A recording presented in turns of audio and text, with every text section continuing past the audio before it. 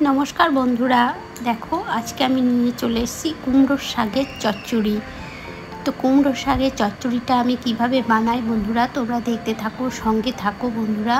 আর এই কুমড়োর শাকের চচ্চড়িটা না খেতে খুবই ভালো লাগে, মানে গরম ভাতের সঙ্গে অসাধারণ লাগে বন্ধুরা, তোমরাও বানিয়ে খাবে। তো দেখো, এই দেখো আমি এখানে বাজার থেকে কিছুটা কুমড়োর শাক আনা করিয়েছিলাম, আর আমার পিসশাশুড়ি বাড়িতে এসছে, আমাকে বেছে কেটে দিয়েছিল।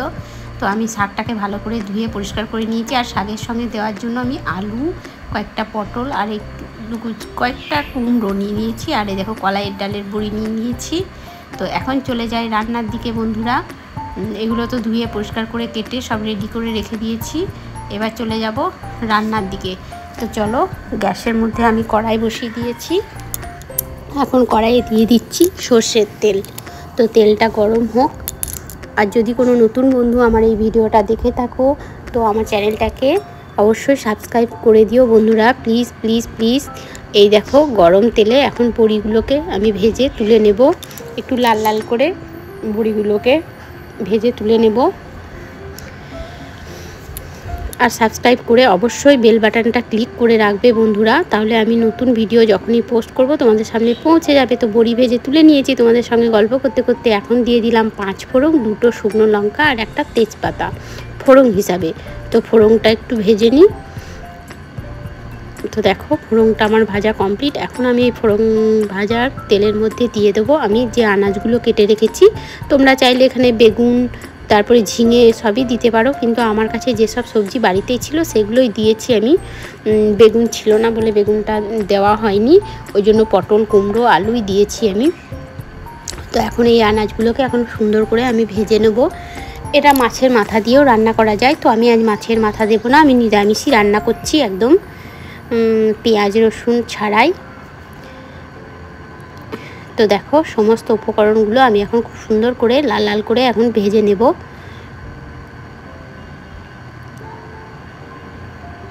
একটু লাল লাল করে অল্প আঁচে ভালো করে ভেজে নিতে হবে এই আনাজগুলোকে, কারণ শাকটা দেওয়ার পরেই শাক থেকে জল বেরোতে শুরু করবে, তখন আর ভাজা হবে না আনাজগুলো। তো এবার আমার দেখো সবজিটা ভাজা কমপ্লিট। এখন আমি দিয়ে দেবো কুমড়োর শাকগুলো, যেগুলো কেটে ধুয়ে পরিষ্কার করে রেখেছি ডাঁটা সমেত। তো দিয়ে দিচ্ছি এখন কুমড়োর শাকগুলো একে একে। তো সব শাকটাই দিয়ে দিলাম। এবার আমি একটু ওপর থেকে ভেতর অবধি ভালো করে সুন্দর করে নাড়াচাড়া করে নেব। আর এখন দেখতে লাগছে অনেকটা শাক, কিন্তু এই শাকটা যখন মানে একটু লবণ পড়ে যাবে তখন কিন্তু শাকটা হেজে অল্প হয়ে যাবে বন্ধুরা। তো এখন সুন্দর করে আমি একটু নাড়াচাড়া করে নিচ্ছি।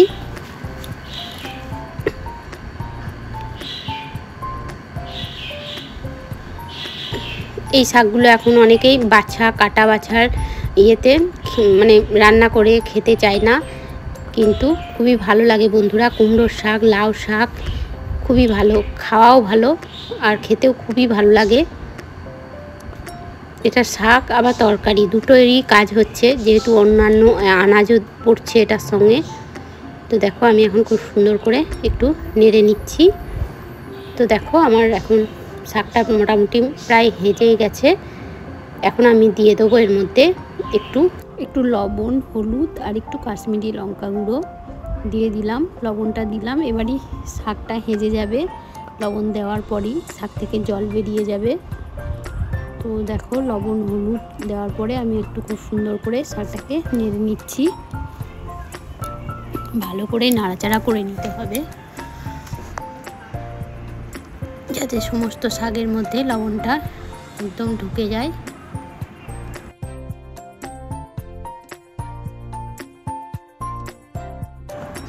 তো এখন আমি দিয়ে দেবো পোস্ত আর সর্ষে, কাঁচা লঙ্কা একসাথে আমি বেটে রেখে দিয়েছিলাম বন্ধুরা, তোমাদেরকে দেখানো হয়নি বাটার আগে।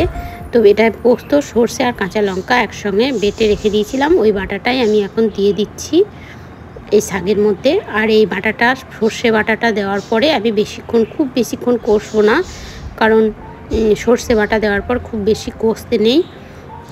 তো একটু কষেই আমি জল দিয়ে ঢাকা দিয়ে দেবো। তো এই দেখো, আর যেটা মিক্সি ধোয়া জলটাও আমি দিয়ে দিলাম, অনেকটাই লেগেছিল মিক্সিতে।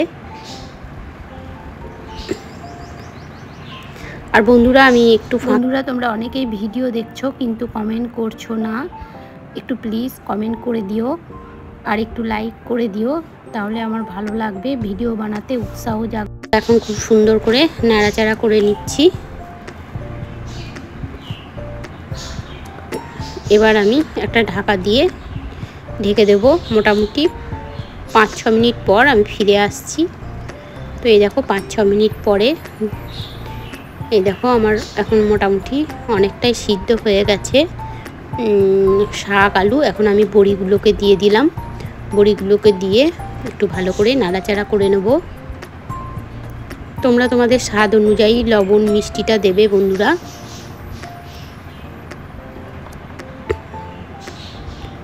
তো এবার আমি দিয়ে দেবো একটু মিষ্টি অর্থাৎ চিনি।